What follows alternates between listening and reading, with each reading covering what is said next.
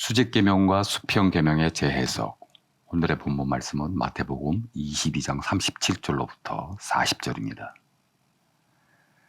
예수께서 이르시되 내 마음을 다하고 목숨을 다하고 뜻을 다하여 주 너의 하나님을 사랑하라 하셨으니 이것이 크고 첫째 되는 계명이요 둘째도 그와 같으니 내 이웃을 내 자신같이 사랑하라 하셨으니 이 두 계명이 온 율법과 선지자의 강령이니라.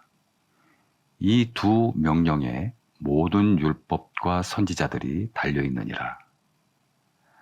하나님을 사랑하라는 첫째이며 큰 계명인 수직계명과 이웃을 사랑하라는 둘째 계명인 수평계명도 선한 사마리아 사람의 비유처럼 역시 한 율법사가 예수님을 시험하고자 율법 중 어느 계명이 크니까? 라는 질문에 예수님께서 대답하여 말씀하신 것입니다.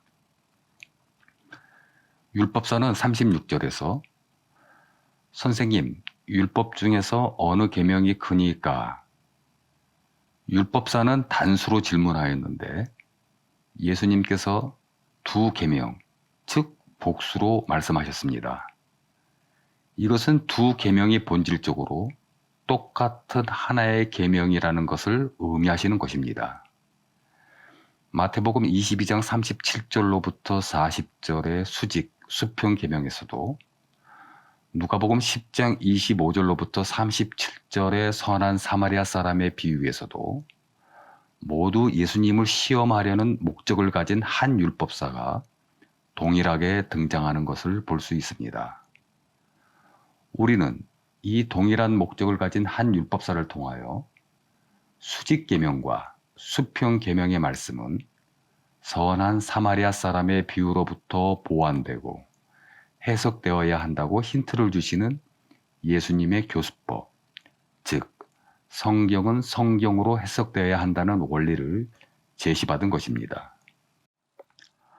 마태복음 22장 37절로부터 40절의 수직계명과 수평계명 말씀은 율법 중 어느 계명이 크니까? 라는 질문에 대한 예수님의 답변이시며 누가복음 10장의 선한 사마리아 사람 비유도 무엇을 하여야 영생을 얻으리까? 라는 질문에 율법사의 입으로부터 먼저 수직계명과 수평계명을 이끌어내신 후 이에 더하여 예수님께서 거꾸로 질문자가 되시어 누가 강도 만난 자의 이웃이냐는 예수님의 질문에 율법사가 답변자가 되어 사마리아 사람입니다 라고 답하게 하시므로 예수님께서 마음에 두신 그 이웃에 대하여 우리에게 가르쳐 주신 것입니다. 다시 말하면 어떤 큰 명제를 먼저 제시하시고 그 설명을 따로 말씀하시어 가르치시는 예수님의 가르침의 방식이라 하겠습니다. 그래서 성경은 모두를 읽어야 그 구술이 꿰매어져 보배가 됩니다. 예를 들면 마태복음 13장에서 씨 뿌리는 비유를 먼저 말씀하시고 나중에 제자들을 따로 모아 그 비유의 의미를 설명하시고 또한 가라지의 비유를 말씀하시고 또 나중에 제자들을 따로 모아 그 비유의 의미를 설명하시는 방식입니다.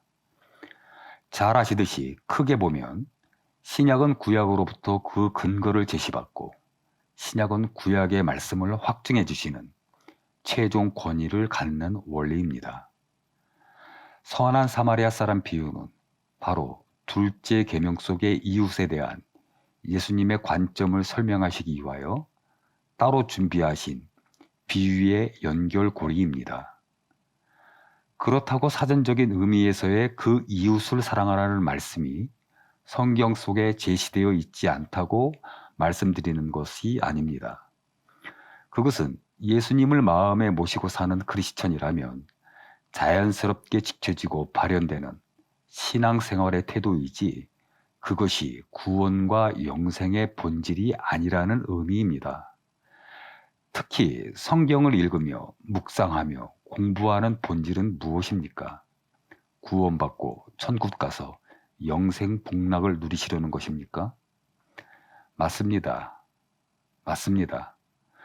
그러나 그것이 본질이 아닙니다. 예수님께서 이렇게 말씀하십니다. 요한복음 5장 39절. 너희가 성경에서 영생을 얻는 줄 생각하고 성경을 연구하거니와 이 성경이 곧 내게 대하여 증언하는 것이니라. 선한 의미에서 성경을 공부하는 사람은 어떤 사람입니까? 이러한 사람은 이미 하나님의 자녀로서 구원받아 있기에 그가 성경을 읽으며 묵상하며 공부하는 삶의 자세를 가질 수 있는 것입니다. 더 나아가 이미 구원받아 있음에도 불구하고 성경을 붙들게 하시는 것은 성경의 본질인 예수님을 먼저 발견하고 그분이 누구신지 어떠한 분이신지 깊이 깨달으며 그분의 위대하심을 더욱 찬양하게 하시려는 것입니다. 그래서 예수님께서도 엠마오 도상에서 만난 두 제자에게 이에 모세와 모든 선지자의 글로 시작하여 모든 성경에 쓴 바 자기에 관한 것을 자세히 설명하시니라. 누가복음 24장 27절. 자기에 관한 것, 즉 예수님을 가르치시는 것이 성경의 가장 큰 본질이라 하겠습니다. 이 본질을 먹을 때 엠마오 두 제자가 말하는 것처럼 우리 속에서 마음이 뜨겁지 아니하더냐? 누가복음 24장 32절. 우리의 마음이 뜨거워집니다. 새 계명의 본질도 마찬가지입니다. 잠시 짚고 넘어가겠습니다. 요한복음 13장 34절로부터 35절입니다. 새 계명을 너희에게 주노니 서로 사랑하라. 내가 너희를 사랑한 것 같이 너희도 서로 사랑하라. 너희가 서로 사랑하면 이로써 모든 사람이 너희가 내 제자인 줄 알리라. 우리는 서로 사랑하라가 새 계명으로 인식하고 있습니다.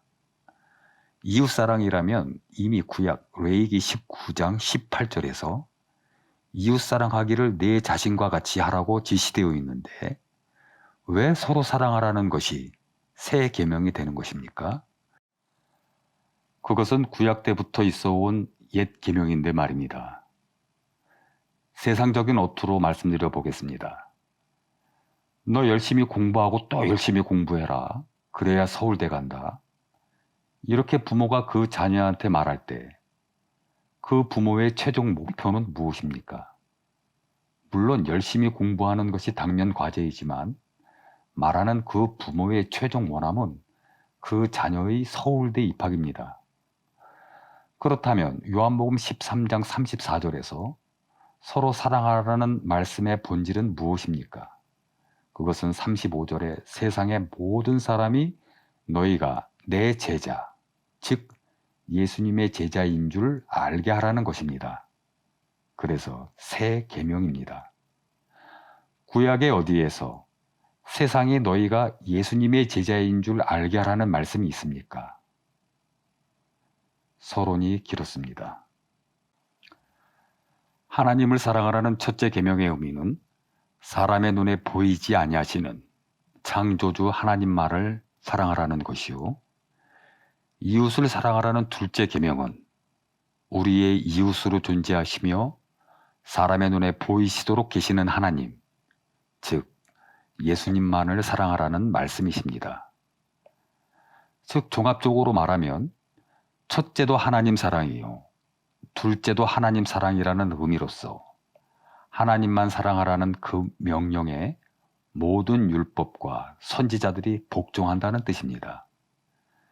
그래서 하나님의 사랑의 그 사랑도 이웃사랑의 그 사랑도 모두 아가페 사랑을 사용하셨습니다. 인간을 향하여 내려주신 하나님의 사랑은 하나님을 향하여 올려드리는 인간의 사랑과 합하여 아가페 사랑이 됩니다. 왜냐하면 하나님께서도 그 사랑의 대상이 있어야 사랑을 하실 수 있기 때문입니다.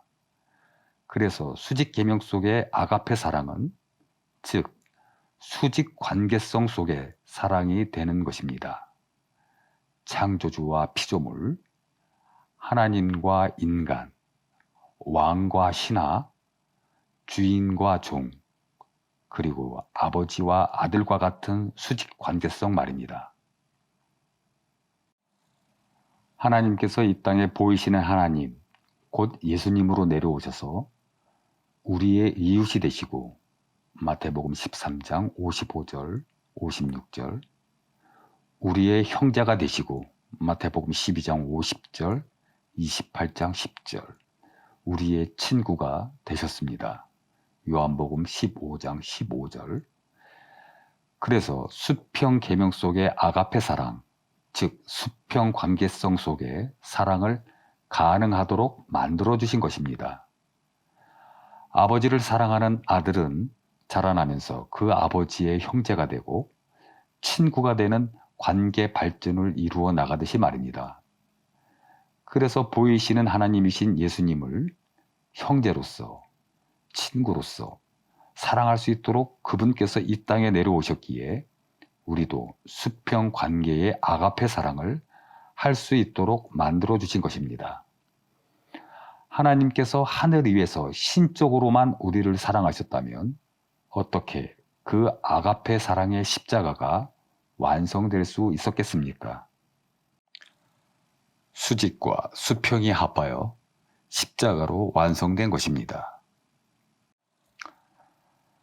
그래서 두 계명 속의 본질, 그 십자가의 본질은 모두 동일하신 한 하나님이신 예수님이시라는 것입니다. 그것을 알고 예수님께 감사드리며 찬양 드리는 것이 우리가 올려드리는 수직계명과 수평계명의 표현입니다.